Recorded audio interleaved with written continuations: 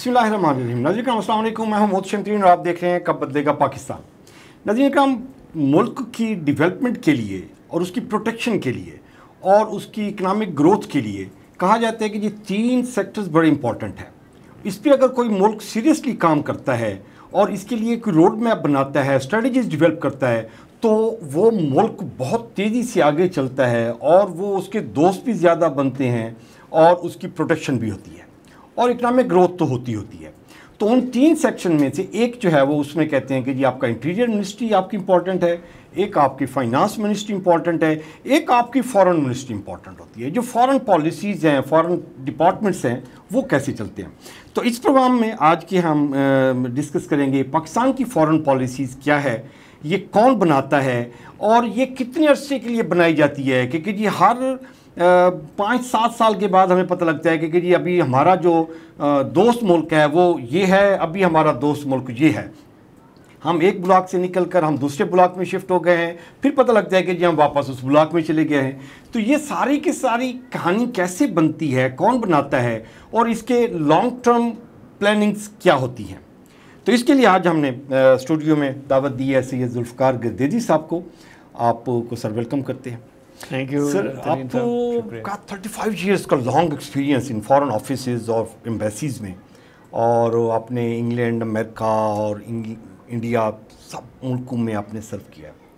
تو پہلے تو ہمارے آپ ویورز کو بتائیں نا سر, یہ کسی بھی ملک کے لیے فارن پالیسی کتنی اہم ہے. دیکھیں, فارن پالیسی کی اہمیت اس طرح بھی ہے کہ ملک میں کہ فیڈرل کیبنٹ ہوتی ہے, ایک منسٹر ہوتا ہے جو فارن افیئرس کو ڈیل کرتا ہے, لیکن جس وہ ڈپارٹمنٹ کو ہیڈ کرتے ہیں اس ڈپارٹمنٹ کا کامرس سے بھی تعلق ہے, اس کا ڈیفنس اور سیکیورٹی ایشو سے بھی تعلق ہے, اس کا ڈومیسٹک پالیٹکس سے بھی تعلق ہے, اس کا لا اینڈ آرڈر سے بھی تعلق ہے.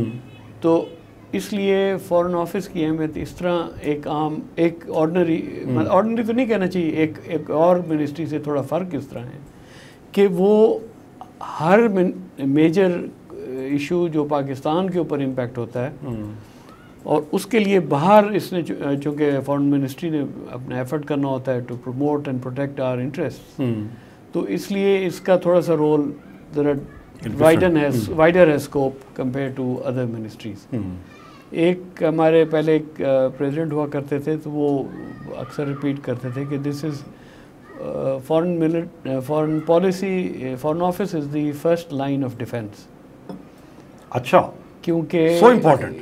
جی, کیونکہ وہ یہ کہتے تھے کہ, اور وہ خود ایکس جنرل تھے بائی دی وے, لیکن وہ یہ کہتے ہوتے تھے کہ اس لیے کہ before things reach to a level کہ جب ایک کسی کے ساتھ آپ کا ایکسچینج شروع ہو جائے, خدا نہ خاصہ ملٹری ایکسچینج, تو وہ اس میں بھی پہلے اس اسٹیج سے ڈپلومیسی سے کئی چیزیں آپ ٹینشن ہیلپ کرتی رہتی, یا اپنے انٹرسٹ پروٹیکٹ کر لیتے ہیں تو اس اسٹیج پہ آنے نہیں دیتے. تو فرسٹ لائن آف ڈیفینس کئی لوگ کہتے ہیں از دی فارن منسٹری.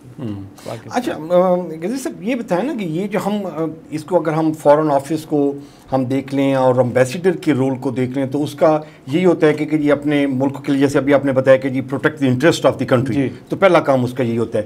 تو اس کے انٹرسٹ میں اس نے دیکھنا ہے فرینڈس کو زیادہ تر دوست بنے, دشمن نہ بنے, اور اس کے ساتھ پھر اس نے اکنامک کو بھی دیکھنا ہے. جیسے آپ ابھی بتا رہے تھے کہ جی ملکوں کے ساتھ ٹریڈ کرنی ہے, تو اپنی پروڈکٹس کو ان ملکوں میں بزنس جنریٹ کرنے کے لیے وہاں پہ ایکسپورٹ کو بڑھایا جائے, امپورٹ کو کم سے کم کیا جائے تاکہ وہاں پہ منڈیاں تلاش کی جائیں جہاں سے ہم پاکستانی. تو اتنے عرصے سے سر ہماری ایکسپورٹ ڈیفیسٹ جو ہے نا جی, وہ نہیں میٹ ہو رہا. تو اس میں جتنے بھی امبیسیڈر جتنے بھی ملکوں میں بیٹھے ہوئے ہیں, تو وہ مطلب کیا کام کر رہے ہیں. میں تھوڑا سا اس سے آپ کو سائز اور اسکوپ آف ورک کے حوالے سے وہ کروں گا, تو تاکہ صحیح پرسپیکٹو میں بات آئے. ٹھیک. وجہ یہ ہے کہ ہمارے تقریباً 80+ ملکوں میں ایمبیسیز ہیں. اوکے. اور اس کے علاوہ کوئی 20-25 ملکوں میں کانسولیٹس ہیں. تو ان کی ایوریج کی جو اسٹرینتھ ہوتی ہے ایک ایمبیسی کی, آفیسر ڈپلومیٹس, 2 سے 3 آفیسر ہوتے ہیں پوری ایمبیسی میں. اب انہوں نے پولیٹیکل ایشوز کو بھی کرنا ہے, انہوں نے اکنامک ایشوز سے بھی ڈیل کرنا ہے, انہوں نے law and order and security issues کو بھی, پلس ایک اہم کام ہوتا ہے ہماری کمیونٹی. ایمبیسی کا ایک امپورٹنٹ رول ہوتا ہے ٹو رپورٹ بیک کہ اس ملک میں جہاں پہ آپ پوسٹڈ ہیں وہاں کے پولیٹیکل ڈیولپمنٹس جن کا آپ کے ملک پہ اثر ہو سکتا ہے اسپیشلی, یا وہاں کے اکنامک اپرچونیٹیز, یا وہاں پہ جاب اپرچونیٹیز, وہ چیزیں فارن آفس یا ہماری embassy through foreign office concern departments اور منسٹریز کو پاکستان میں بتا دیتی ہے. Now it is for them to avail of those opportunities. تو اس لیے یہ ان ٹرمز آف ایکچوئل, اور تھوڑا اس کا پازیٹیو افیکٹ نیچرلی ہوتا ہے. میں خیر پرسنل اگزامپل دے رہا ہوں اپنی. میں ڈنمارک میں جب امبیسڈر تھا تو ایوری ایئر ہماری ایکسپورٹس ٹو ڈنمارک انکریزڈ. 3 سال, 1 سال بھی, دوسرے سال بھی, تیسرے سال بھی ہماری ایکسپورٹس بڑھی تھی. ان کے چیمبر آف کامرس سے ہم ریگولر میٹنگ کرتے رہتے تھے. ایون ان کے جو ٹورزم پوٹینشیل تھا اس کے لیے بھی ہم, مثلا مجھے یاد ہے میں ان کے کانفرنسز آؤٹ آف ٹاؤن تھے وہ جا کے اٹینڈ کیے, اور ادھر پاکستان کے ٹورزم پوٹینشیل کو وہاں پہ ہائی لائٹ کیا تاکہ ادھر کے ٹورسٹ ادھر آئیں. تو وی ہیو ٹو پریزنٹ دی, میں اس کو کہتا ہوں کہ دی رائٹ امیج آف پاکستان. تو یہ ایک طریقہ ہوتا ہے. اچھا, اس میں ہماری جو بیسکلی جیسے آپ اس میں ہمیں بتا بھی رہے تھے کہ یہ ہماری protect of the country, the interest of the country, تو اس میں کرنا, تو یہ بیسکلی کون اس کے, جب ہم دوست بنانے کے لیے جاتے ہیں تو بہت سارے ممالک جو سپر پاور کلیم کرتے ہیں تو ان کے ساتھ ڈیل کرتے ہوئے ہمیں کافی پرابلم ہوتی ہوگی. تو یہ کون ڈیسائیڈ کرتا ہے کہ جی ہم سپر پاور کے کس بلاک میں ہمارے انٹرسٹ کی پروٹیکشن ہوگی تو ہم اس بلاک میں جانا چاہیے, اور یہ کتنے عرصے بعد یہ ریویو ہوتا جاتا ہے کہ جی یار اس بلاک میں ہم آ گئے, ہمیں کوئی فائدہ نہیں مل رہا, ہمیں دوسرے بلاک میں جانا چاہیے.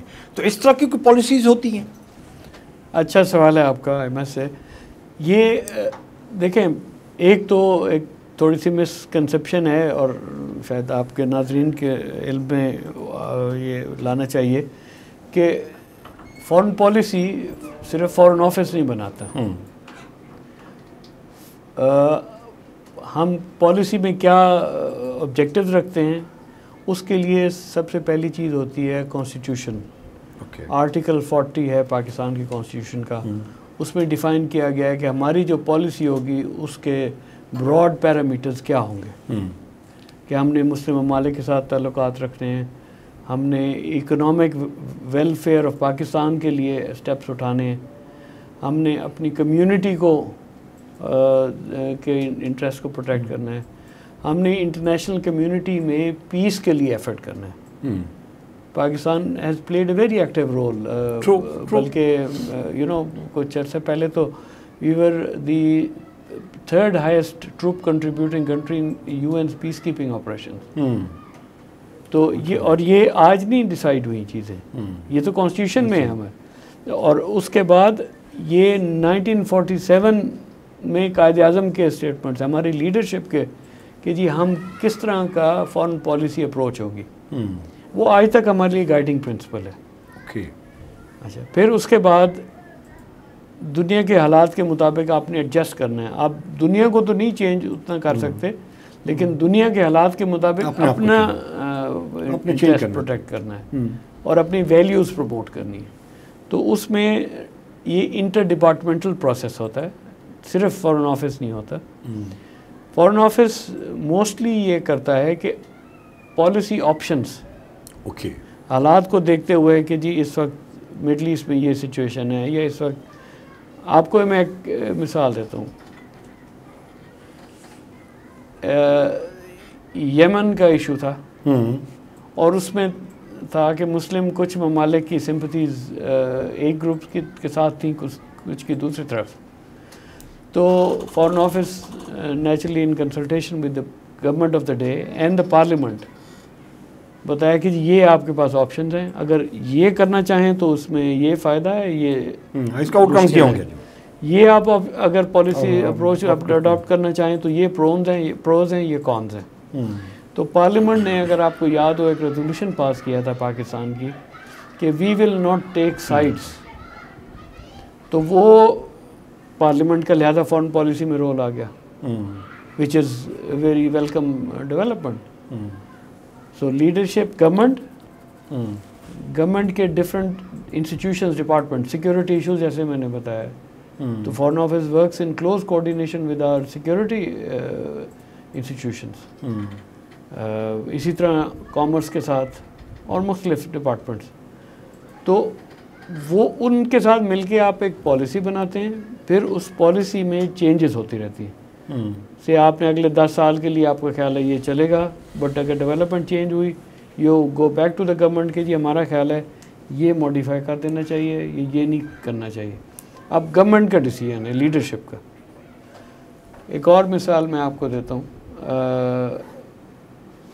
کئی مرتبہ یہ ڈسکشن ہوتی ہے پاکستان میں, ڈیبیٹ ہوتی ہے, میڈیا میں آپ لوگ کرتے ہیں کہ شوڈ پاکستان ریکگنائز اسرائیل, جی اس سے فائدے ہوں گے, یہ اکنامک بینیفٹ ہے, یہ ہے. لیکن جب پاکستان کی لیڈرشپ یہ فیصلے کرتی ہے تو اس نے لوگوں کی خواہشات یا ان کے ایسپیریشنز کو بھی تو دیکھنا ہے. تو لہٰذا you take a principle position on certain issues, جیسے ہم نے اسرائیل کے معاملے میں کلیئر پوزیشن لی ہوئی ہے. فارن آفس کا رول جو ہے نا وہ, اور دوسری بات یہ ہے کہ جو بھی ملک جب ڈپینڈنس ایک اوور آل آپ کی باہر پہ رہے گی تو وہ آپ اتنی انڈیپینڈنس آپ کی پالیسی میکنگ میں کم ہو جاتی ہے. اور یہ کسی ایک پارٹی یا ایک لیڈر یا ایک گورنمنٹ کی بات نہیں ہے. جتنی آپ کی ڈپینڈنس کم ہوگی باہر کے ایکٹرز سے یا ممالک سے یا ان کے لیڈر سے, تو اتنا آپ زیادہ انڈیپینڈنٹ ہوتے ہیں, بہتر نیگوسیشن کر سکتے ہیں. جیسے ملک کے اندر کسی گھر میں, کسی بزنس میں وہ اسٹرانگ ہوگا تو وہ اسی حساب سے جا کے ڈیبیٹ کرے گا اور اسی حساب سے نیگوسیشن کر سکے گا. لیکن ہم نے کرنا ہے جی, چاہے جو ہو, جو بھی کنڈیشن ہو, اور اٹ برنگز پازیٹیو ریزلٹس.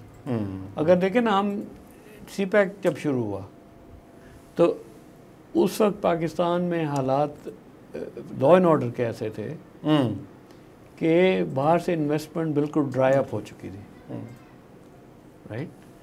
اور دونوں ملکوں نے دیکھا کہ یہ ہم اپرچونٹی ہے, اس کو ایکسپلور کر کے دیکھیں. تو billions of dollars of investment came into Pakistan, right. تو وہ ایمبیسی کے حوالے سے یا ایمبیسڈر کے حوالے سے یا فارن آفس کے حوالے سے, you see an opportunity, you try to get it whichever government is in Pakistan, because you're part of that country and that government. سر گدیری صاحب, آپ کا بہت شکریہ آپ کے ٹائم کا, اور امید کرتے ہیں کہ ہم ایک نیکسٹ فیز میں ہم اس کے فارن پالیسیز پہ جو باقی کچھ چیزیں رہ گئی ہیں پھر ہم اس پہ ایک اور سیٹنگ کریں گے. آپ ٹائم تھوڑا سا ہمیں ایک دفعہ اور عنایت کریں گے جی, ہم تاکہ جو چیزیں رہ گئی ہیں, جو گیپس رہ گئے ہیں, اس کو ہم اگلی نشست میں ہم اس کو کور کریں گے. جی تھینک یو ویری مچ, بہت شکریہ سر ونس اگین. اور میں سوری جی, میں یہی میں کہہ رہا تھا کہ یہ تو جنرل پرنسپل میں نے اس جی ہم جنرل ڈسکس پہلی فیز میں ہم نے, سیکنڈ میں ہم ذرا اس کو مزید اس پہ ہم ڈیپ میں جائیں گے, کیونکہ ہماری انگلینڈ کے ساتھ, امریکہ کے ساتھ اور انڈیا کے ساتھ, یہ 3 میجر کنٹریز ہیں جس کے ساتھ ہمارا پیار محبت بھی چلتی رہتی ہے اور لڑائی جھگڑا بھی چلتا رہتا ہے.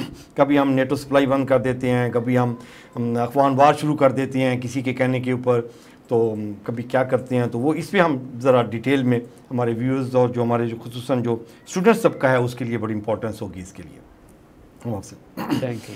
ناظرین, یہ تھا آج کا پروگرام, اور ہم نے سید ذوالفقار گدیری صاحب سے کچھ چیزیں کلیئر کرنے کے لیے کہ ہماری فارن پالیسی, اور اس میں کوئی دوسری رائے نہیں ہے کہ جی جب آپ کا ملک اکنامکلی اسٹرانگ ہوگا تو اس کے لیے جو فارن آفیسز میں جو امبیسڈرز بیٹھے ہوئے ہیں ان کے لیے ڈفرینٹ انوائرمنٹ ہوگی, اور وہاں جا کے ڈفرینٹ لیول کی ڈبیٹ کر سکتے ہیں.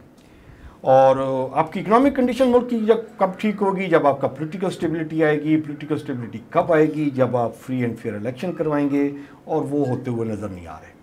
اپنا اپنے پیاروں کا خیال رکھیے گا. محسن ترین کو اجازت دیجیے. اللہ نے کے بعد.